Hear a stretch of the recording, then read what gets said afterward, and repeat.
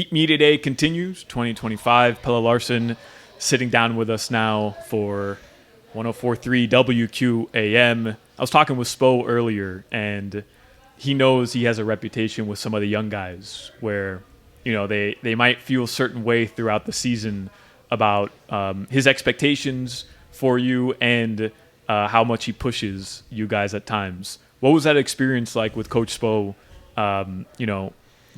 learning, being a part of this organization, at times your role changing, it being very fluid? Kind of walk me through that experience with him.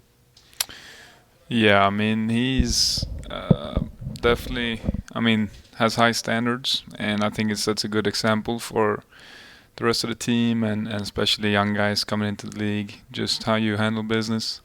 So, and I think he knows that, he can coach me hard, and we talked about it a few times, but it's definitely like some detailed stuff he'll like really want to get down, and then if he talks about it one time, he doesn't want to talk about it 2 weeks later. He wants you to grow and move on. And so if you have those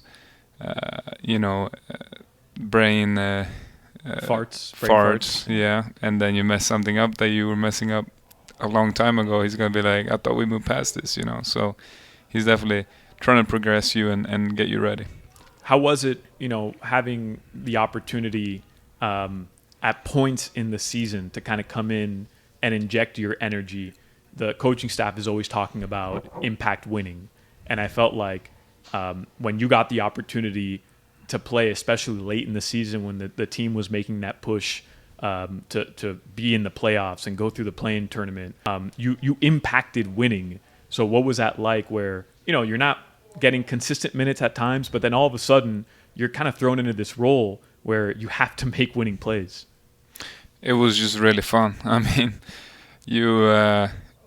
no one is used to at this level when they come in to not play. Everyone that's at this level has been playing and maybe starting and being the best player and whatever. So it's to sit on the bench. It requires a new type of patience that you haven't maybe worked on. But then, when I was on the bench, all I was hearing was, like you're saying, make winning plays, one play after another, just stack plays, stack days. So that's what I was trying to do, and that's, all that was kind of engraved into my mind. Do you feel like the passion you play with, the energy you play with, it's like a perfect fit with this organization? It's, I don't have to go through the cliche talking points, but they pride themselves on toughest team, toughest mentality, and I feel like you bring that edge to your game, and it's almost like you pride yourself on being that type of player, that physical player, that energy player. Yeah, I'd like to. I would love to be talked in a way like that, and I think probably there's a reason to why they drafted me, because they saw that partnership and saw a future in it. So, I think also when you get here, you kind of try to embody it, and so the longer I'm here, the more I'm gonna probably think about it and trying to create it. So it's definitely something I had, but something I've had to build a lot more too. What was the season ending the way it did? What was your thought process entering the off season? You had a busy summer, I know that, but was there one specific goal that you had in mind coming into training camp this year? Was there one specific thing that you wanted to work on, or was it just kind of looking back on last year and body of work, trying to improve everything? Yeah, you want to improve everything, but it's a lot. But something I'm always working on, and during the season too, is my shot. As a player, you can kind of feel it out and tweak some things and work with the coaches, and then just the next level to that is just being shot ready, that when you get your opportunity, you're ready to let it fly and not scared to let it fly. So that's something I got to do a lot when I had a bigger role in both summer league and national team. So definitely felt more confident and less pressure in every decision, every shot, because I know I would get more. So I think that mindset, hopefully I can carry that into the season. Was there anybody you defended last year around the league outside of Miami where, it brought that next level intensity out of you, where it was almost one of those like, oh man, I'm here, I've arrived throughout the season? I mean, yeah, a few. It's I was always a big fan of, not just one team but individual players. So now I got to guard these guys, and there was, so many times that I was like, oh man, this guy I've been watching highlights of, and now he's doing it in front of me. So it's pretty cool. But I think that like, wow, and like taking you out of it, it kind of ended pretty early. Like you kind of get, it's crazy, but you get used to it so quick. And it's like, I think performing in front of a big audience, like, is the same thing. Like you just get used to it. What's your earliest memory? This year's the 20-year anniversary of the Miami Heat winning their first NBA title in 2006. There's a picture of Dwayne Wade right behind us. What's your earliest memory of watching the NBA and knowing that's a goal of yours, but just in general, like, I remember that player, that specific moment watching the league? Probably my earliest. I mean, my brother and my dad were Laker fans, so probably Pau and Kobe winning championship. That was probably my earliest.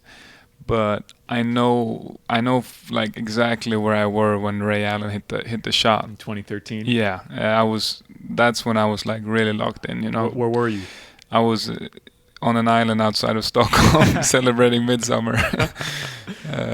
And I know, like, on the couch, we had to wake up obviously middle of the night to watch the game, and then it would go into the morning, and that game was really fun. You ever just kind of go step on that corner and relive that shot? Yeah, just trying to check the angles and see if, no, but we work on those shots all the time. My favorite memory of that moment specifically is Mario Chalmers in the opposite corner with his hand up asking for the ball when it said Chris Bosh threw it to Ray Allen. Pelle, before I let you go, I have a couple rapid fire questions, little, different, but I'm going to start here. Let's say it's your birthday or somebody in your family's birthday. What's the best celebration cake out of these three? Ice cream cake, cookie cake, or just your traditional sheet cake, like a normal cake you'd buy at the supermarket? Well, I don't know what a cookie cake is, but it doesn't matter because the right answer is ice cream cake. Oh, man. The middle part, the crunchies in the middle. Have you ever had the ice cream cake with that in the middle? I don't know. Ice cream in general is always a winner for me, so it doesn't matter which one it is. You obviously fly a lot, and I know with the team it's a little bit different. But let's say you're not flying with the team. You're just taking a flight, whether it's back home to go visit family. Do you send a message to your family still before you take off, and then when you land, just to check in, just to let them know, hey, I'm good, everything's okay? I think it's transitioned from my family to my girlfriend.